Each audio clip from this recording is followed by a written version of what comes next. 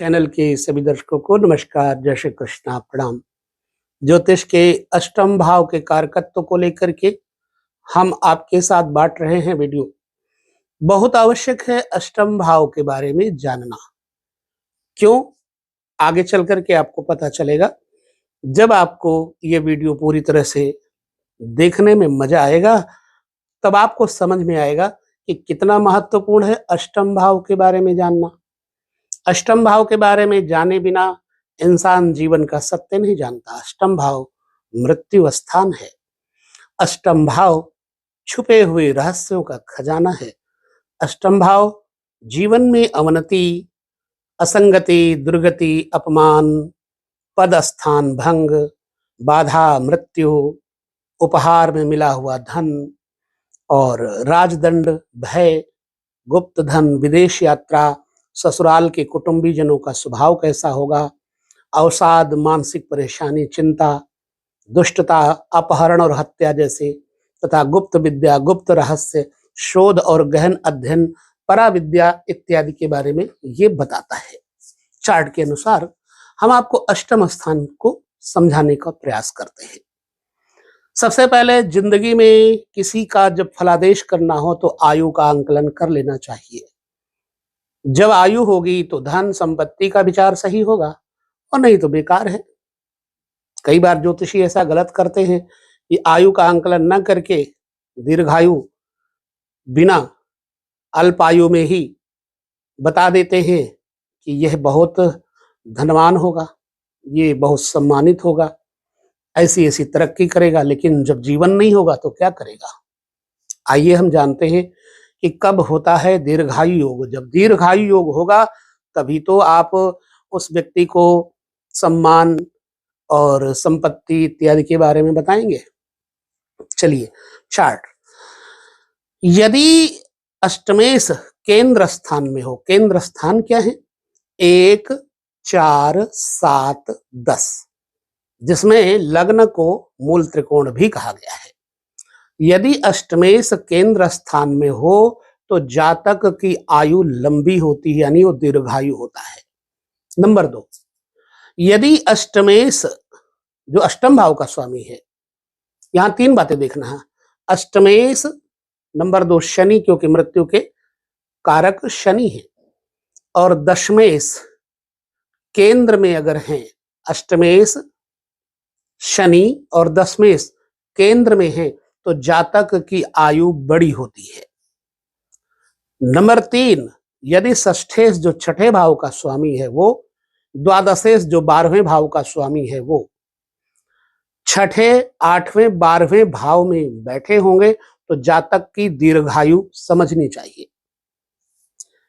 Number 4, लग्नेश अष्टमेश स्वराशि में हो, अपनी राशि में हो, स्वनवांश में हो, अथवा मित्र राशि या मित्र नवांश में होने पर जातक दीर्घायु होता है। लग्न अष्टम, दशम, दशम भावाधिपति, लग्न अष्टम और दशम भावाधिपति जो दशम भाव का स्वामी है, और शनि यदि केंद्र या त्रिकोण अथवा लाभ स्थान में होंगे तो जातक दीर्घायु होगा। दीर्घायु के लक्षण और भी समझ लीजिए। यदि लग्नेश अपनी उच्च राशि, उच्च राशि में हो, गुरु अष्टमस्थ हो तथा चंद्रमा लाभ स्थान में हो तो जातक दीर्घायु होगा। लग्नेश बलवान होकर के केंद्रगत शुभ ग्रहों से दृष्ट हो तो जातक धनवान, गुणवान और दीर्घायु होता है। ये हो गई अष्टमेश में दीर्घायु योग की चर्चा। अब अल्पायु को भी समझना चाहिए। अल्पायु की चर्चा कर लेते हैं। यदि अष्टमेश जो है अपोक्लिम, अपोक्लिम क्या है? अपोक्लिम केंद्र से द्वादश भाव, जैसे 12वां, तीसरा, छठा, 9वां, इनको अपोक्लिम कहा गया है। यदि अष्टमेश अपोक्लिम स्थान पे बैठा हो, केंद्र से बे स्थान को अपोक्लिम कहते हैं, तो जातक का अल्पायु संकेत होता है। अष्टमेश, चलिए, यदि लग्नेश अथवा अष्टमेश पाप ग्रहों के साथ, लग्न का स्वामी और अष्टम भाव का स्वामी पाप ग्रहों के साथ अष्टम भाव में युति करे तो जातक की आयु कम होती है, अल्पायु होता है। यदि अष्टमेश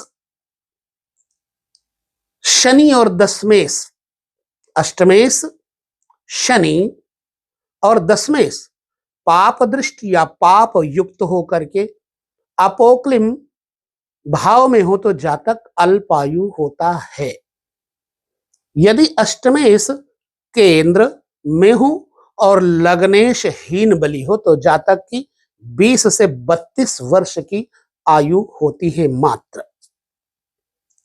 लग्नेश तथा अष्टमेश निर्बल हो, नीचस्थ हो, अष्टम स्थान पाप भाव ग्रस्त पाप ग्रहों से युक्त हो तो जातक अल्पायु होता है।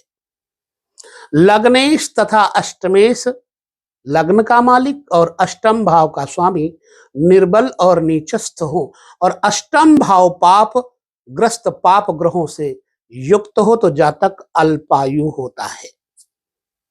और जैसे यह स्थिति बनती तो जातक ऐसी अवस्था में जन्म लेते ही मृत्यु को प्राप्त हो जाता है।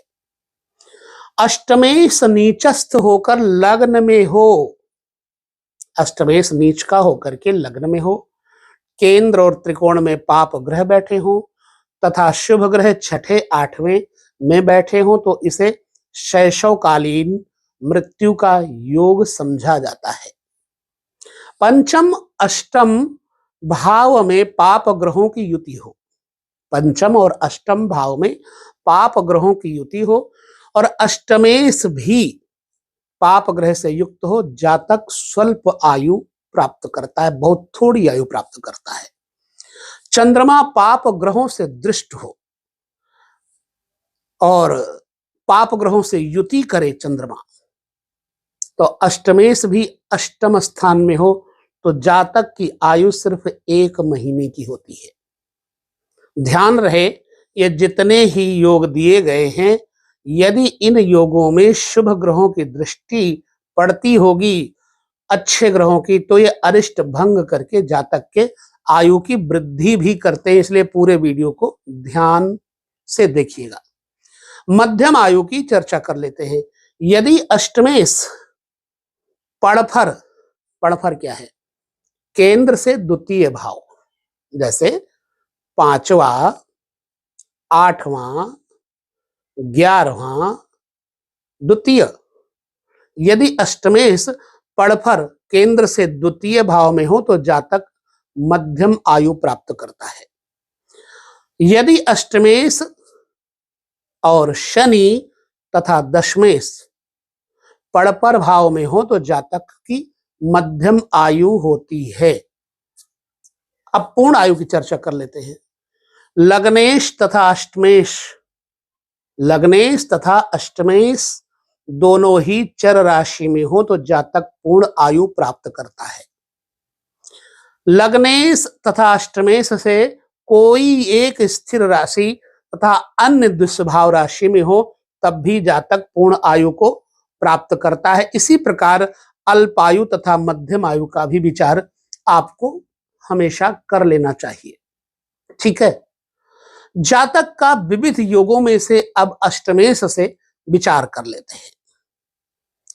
अष्टमेश की महादशा में त्रिक भावाधिपति की अंतरदशा जातक को घात योग देती है। मान लीजिए अष्टमेश की दशा चल रही है और द्वादशेश तथा षष्ठेश अंतर्द में आ जाए तो जातक को घात योग बनता है। अष्टम भाव में वक्री ग्रह की स्थिति अगर है तो आयु को कम करती है। अष्टमेश की दशा में जातक ऋण के भार से मुक्ति प्राप्त करता है, यानी कर्ज से छुटकारा मिलता है।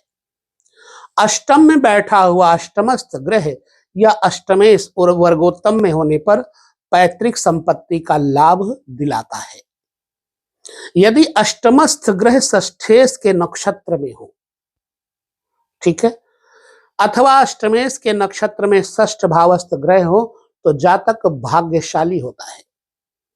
यदि अष्टमेश बलि शुभ युक्त या दृष्ट ग्रहों से हो तो लाभ स्थान में बैठे हो तो ऐसी अवस्था में अष्टमेश की महादशा के पूर्वार्ध में जातक बीमा, वसीयत या उपहार से धन लाभ प्राप्त करता है। अष्टम भाव में शुभ ग्रहों की स्थिति अनायास वसीयत आदि से धन दिलाती है। यदि सुखेश अथवा भाग्येश अष्टमस्थ हो तो अपनी दशा भुक्ति में धन की हानि कराते हैं। पूरी तरह से देख लीजिए, समझ लीजिएगा। अष्टम भाव में लग्नेश हो और लग्नेश अष्टमेश की युति लग्न में हो, अथवा अष्टमेश लग्नस्थ हो तो जातक का बचपन कष्ट और अभाव में व्यतीत होता है। अष्टमेश का दशमस्थ होना आजीविका क्षेत्र में विघ्न बाधा देता है, लेकिन दशमेश यदि अष्टमस्थ हो तो जातक सत्यनिष्ठ, कार्यकुशल, पराक्रमी तथा व्यर्थ के झगड़े टंटे से बचकर सफलता प्राप्त करने वाला होता है। अष्टमेश अथवा शनि अष्टमस्थ होने पर आयु में वृद्धि करता है। तो ये कुछ रहे योग आयु के, मध्यम आयु के, स्वल्प आयु के। आपको इन योगों का पूरा अनावरण करके अच्छी भांति से याद कर लेना इन योगों को चाहिए, ठीक है। उसके बाद फिर आप किसी की जन्म कुंडली का पूरी तरह से विश्लेषण करें तो आपको सफलता अवश्य ही प्राप्त होगी। तो इस वीडियो में इतना ही। अगले विषय को लेकर हम अष्टमेश की लग्न से 12 घरों पर्यंत तक चर्चा करेंगे। तब तक विदा लेते। नमस्कार, जय श्री कृष्ण, प्रणाम।